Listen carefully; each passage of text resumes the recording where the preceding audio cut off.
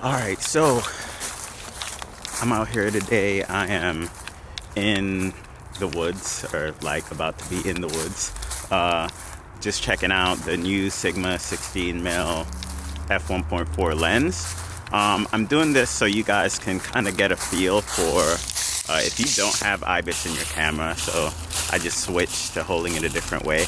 How does the image look coming out of this just handheld? Because I did a test on a gimbal before, and it's pretty good on a gimbal, of course, but what if you just have to hand hold it? See, it's a little bit more stable, I can already tell, holding with two hands.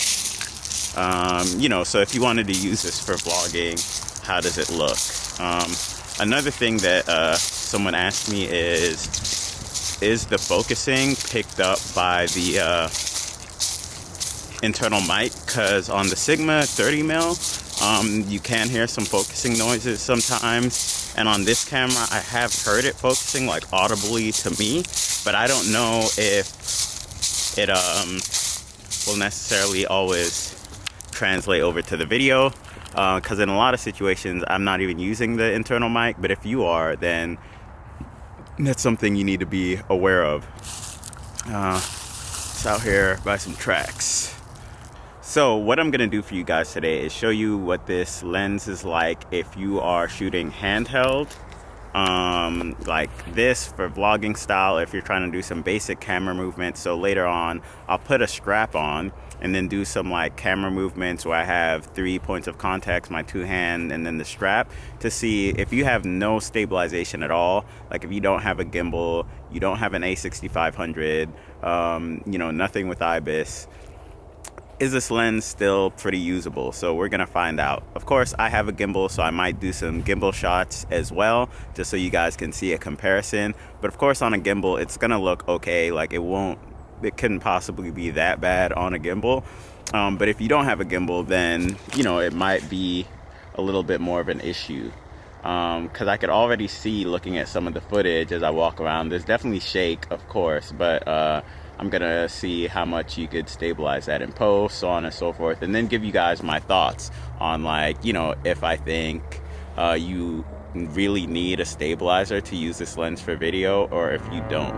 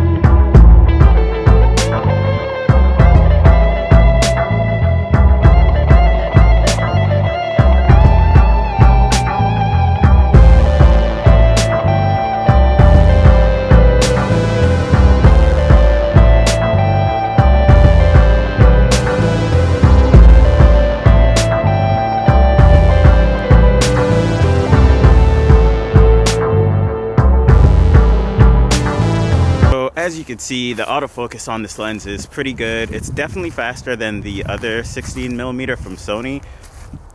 If you guys want, I could do a comparison between that. If anyone is interested, I could tell this footage is going to be slightly shaky, but if anyone is interested in seeing a comparison between that lens and this lens, let me know, because I do still have that lens. I was using, again, wide area. I have face detection on. This is what I just generally use, because if you go to vlog, the face detection should always stay keeping track of my face. Sonys are pretty good about that. And the focusing speed is set to high, or no, it's set to fast, and the sensitivity is set to high. And it works pretty good from what I could tell.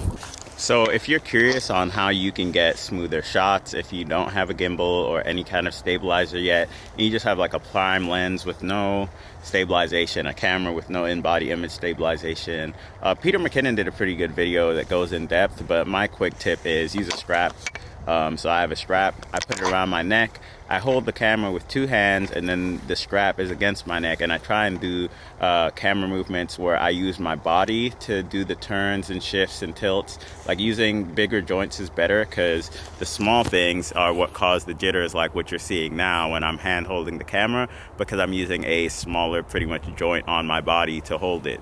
So when you do movements that are like big movements where you can move and turn your whole body, keep the strap against your neck, pushing it out against so that it's really tight, and you use both hands, you could actually get some decently usable stuff. And then if you put stabilization on it in post, it should get even better.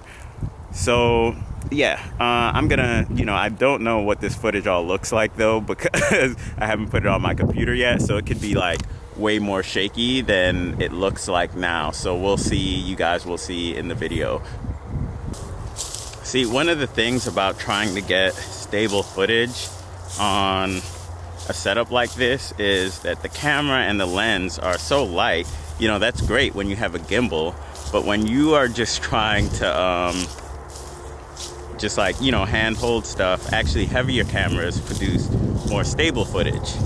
So for a camera like this and a lens like this, I would definitely suggest, if you're on an a6300, I hope you guys can still hear me with all that wind, but if you're on an a6300, so a6500 reduces the need for all this stuff because it has in-body stabilization, but I have an a6300. You definitely want to use this on a gimbal, because I've tried this on a gimbal and it's good on a gimbal. Handheld, you can do some stuff, but it's somewhat limiting. But I don't know if you guys could see this in the footage, and maybe I'll, that stuff will be edited out as part of like how I cut this stuff together. Oops. But it looks like sometimes when I'm in wide area, just because I'm not telling the camera where to focus, it like will jump around between a couple of different things, and it focuses really fast and it's very sensitive. So maybe that's what's leading to some of this moving around. So I might have to like investigate as to what autofocus settings are best with this lens. But if you guys have any knowledge on that, feel free to leave it in the comments below. I would love to hear what you know as well. You know what? I actually had an idea. Why don't I do even more autofocus tests while I'm out here? I'll try a bunch of different modes and let you guys see how well they work. So the modes I'm probably going to do are the ones that I personally use. So wide is what I've been using this whole time so far. But I'm going to try center, and I'm going to also try zone, because those are generally the ones that I found work the best for what I do. This is wide area. I'm focusing on this little tree thing in the foreground.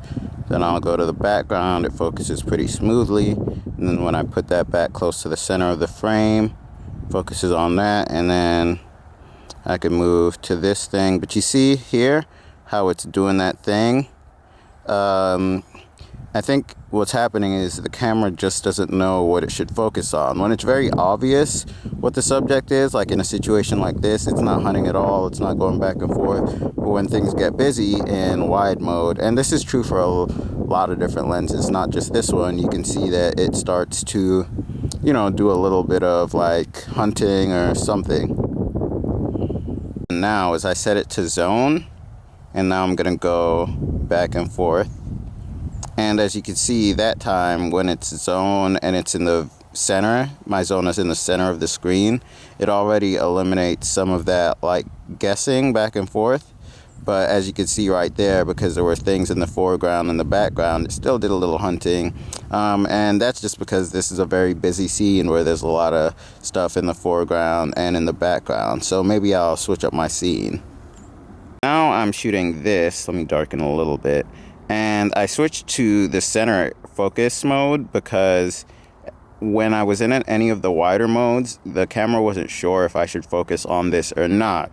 But when it's center, the point is so small that it knows, okay, you specifically want to be focusing on this. And then when I move to the background, it knows what to focus on.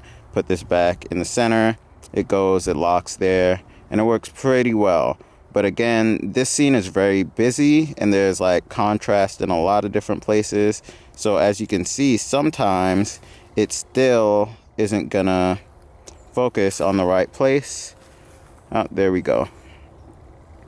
And I think also maybe some of that had to do with the fact that I was too close, maybe. I don't know. No, it's still doing that.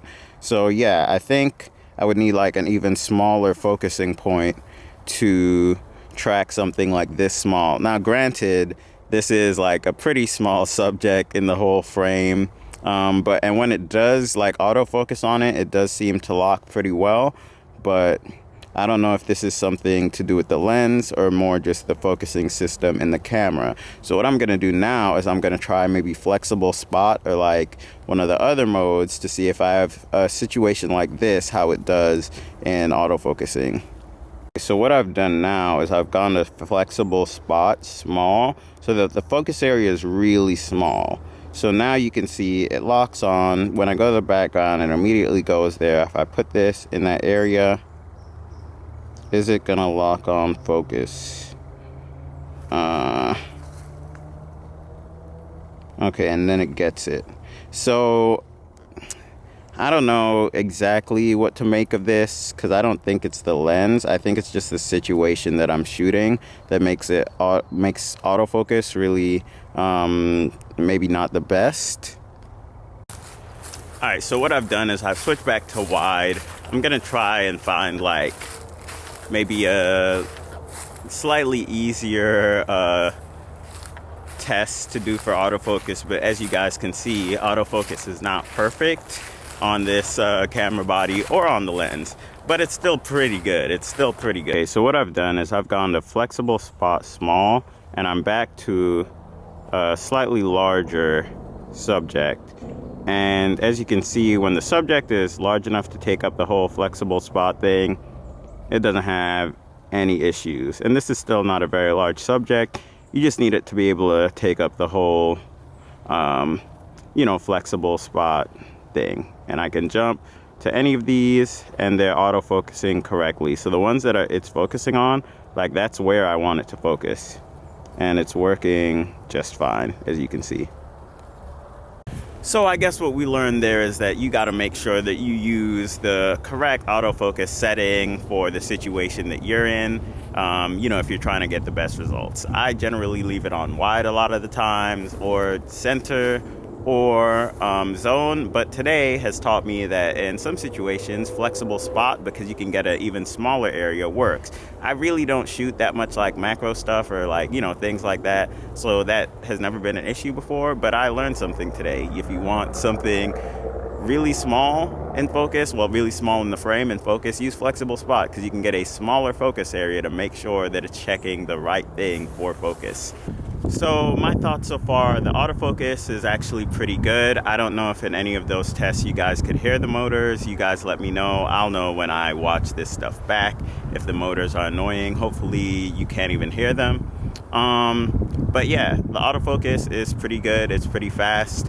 And as far as how stable it is, it's a non-stabilized lens, and the camera body I'm using isn't stabilized, so it's not going to do any miracles. It's a 24 millimeter equivalent focal length, full frame equivalent focal length. So it is okay. It's not terrible, but you can't expect to do certain types of shots handheld. Like, you need a stabilizer to pull off certain types of shots. But as you guys saw, there are certain shots that you can do just handheld, and you can get pretty decent results. And probably if you throw like stabilization on in post, it'll be like decently usable, and that could hold you over until you have some kind of a stabilization setup.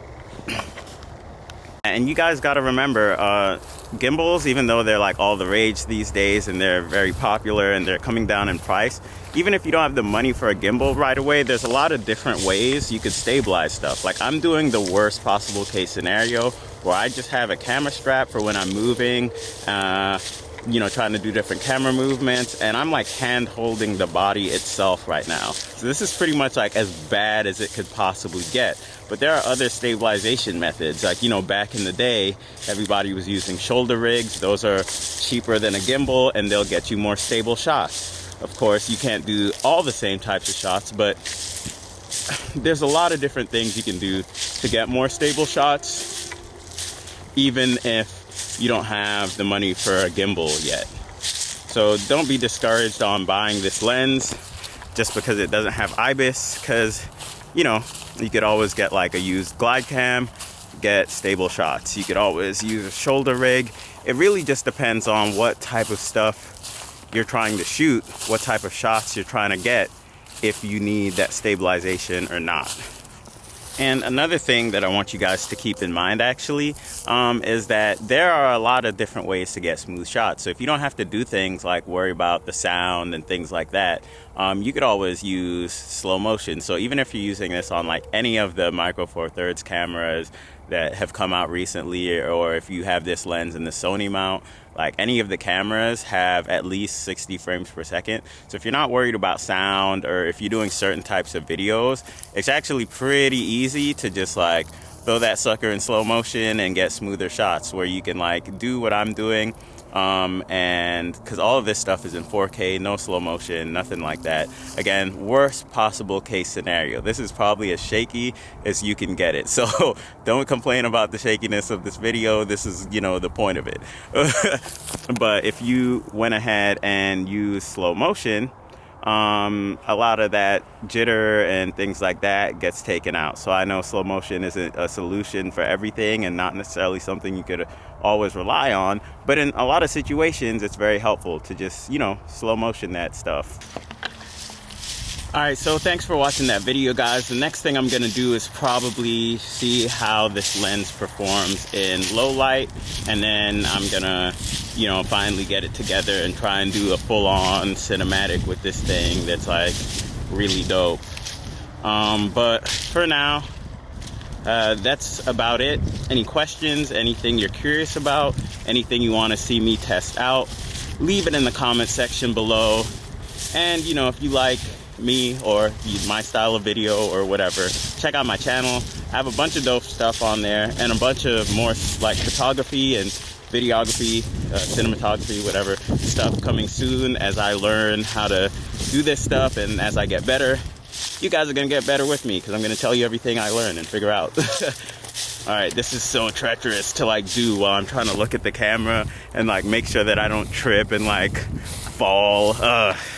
Thanks for watching, y'all. I'm just gonna chill out here in nature a little bit more, and I'll see you guys in the next video. Like, comment, subscribe, all that stuff. Follow me, Instagram, Twitter, everywhere.